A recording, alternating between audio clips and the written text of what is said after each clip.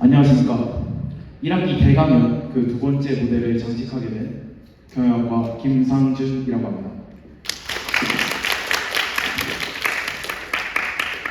저는 오늘 그럼에도 타인 속에서 나를 찾아서라는 주제로 강연을 준비했는데요. 제 강연을 시작하기 앞서 여러분께 질문 하나 드리고 시작하려고 해요. 여러분은 지금 행복하신가요? 지금 자신이 행복하다고 생각하는 사람들에게도 대답을 편하게 못하는 사람들에게도 좋은 소식 하나가 있습니다. 오늘 무려 제가 여러분들이 행복해질 수 있는 방법, 그 방법을 하나 소개해드리려고 하는데요. 제가 20살이 되면서 겪었던 방황과 극복의 경험을 통해서 그 이야기를 풀어나가 보려고 합니다. 생각해보면 저는 참 기호가 없었던 사람이었던 것 같아요. 집에서는 부모님의 기대에 부응하기 위한 장남이었고 학교에서는 성실한 모범생이었습니다. 타인이 규정한 제 모습을 전 계속 연기하면서 점점 제 마음속에는 균열이 생겨갔고 수능 직후부터 생긴 무료함은 그 감정에 불을 붙이기 충분했죠. 돌이켜 생각해보면 그때만큼 심심할 때가 없었던 것 같아요. 무엇을 해도 제 마음속의 붕어가 사라지지 않았으니까요. 그렇게 저는 이듬해 3월 마침내 멘탈이 깨지고 옵니다. 저는 평소에 되게 멘탈이 강하고 자존감이 강하다고 생각했기 때문에 저의 방황을 긍정할 수 없었어요. 하지만 그 마음가짐은 오히려 제 멘탈을 더욱더 깨트려서 방황을 이어가게 만들 뿐이었죠. 하루 종일 게임만 한 적도 있고 하루 종일 친구들과 술 마시러 돌아다닌 적도 있어요. 하지만 그 수많은 노력에도 제 마음의 부분은 채워지지가 않았습니다. 하지만 그런 제 마음, 그런 방황을 끝내게 된 계기가 하나 있습니다. 그것은 하나의 생각으로부터 비롯이 되는데요. 바로 커피가 마시고 싶다는 생각이었습니다. 무언가에 이끌리듯이 카페로 걸어가서 평소에 즐겨 마시던 플랫 화이트 하나를 시켰어요. 그 커피를 마시고 난 다음에 이런 생각이 듭니다. 아, 맞다. 나는 커피를 좋아했고 제가 다시 저를 찾기 시작한 순간이었어요. 제가 여러분께 권해드리고 싶은 행복하기 위한 방법은 바로 나답게 살기입니다.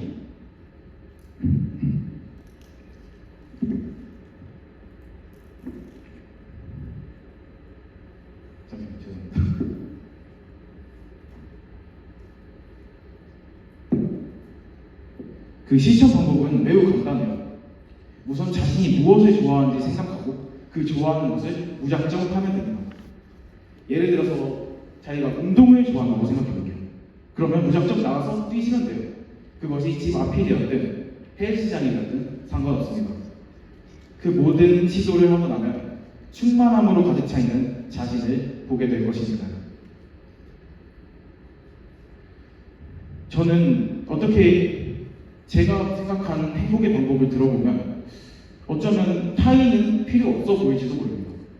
하지만 그럼에도 제가 타인 속에서 나를 찾아야 된다는 생각을 가지게 된 것은 하나의 아이러니 때문이었는데요. 비록 타인의 기대에 부담을 느껴서 도망쳤던 저였지만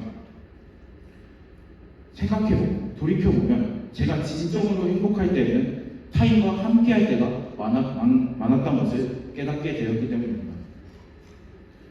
우리는 살아가다 보면 타인과 끊임없이 상호작용을 하면서 누군가의 기대에 부응을 하고 누군가에게 기대를 겁니다. 그러면서 우리는 너무도 쉽게 자신을 잃어버리고 하죠. 하지만 그럼에도 우리는 타인을 거부할 수 없습니다. 타인이 주는 기대에 부담을 느끼면서도 그런 타인이 주는 관심과 사랑에 행복함을 느끼기 때문이죠. 어쩌면 제가 저 자신을 잃어버리면서까지도 줄곧 타인의 기대에 부응해왔던 것은 그런 행복을 잃기 두려웠기 때문이 아닐까 생각해봅니다.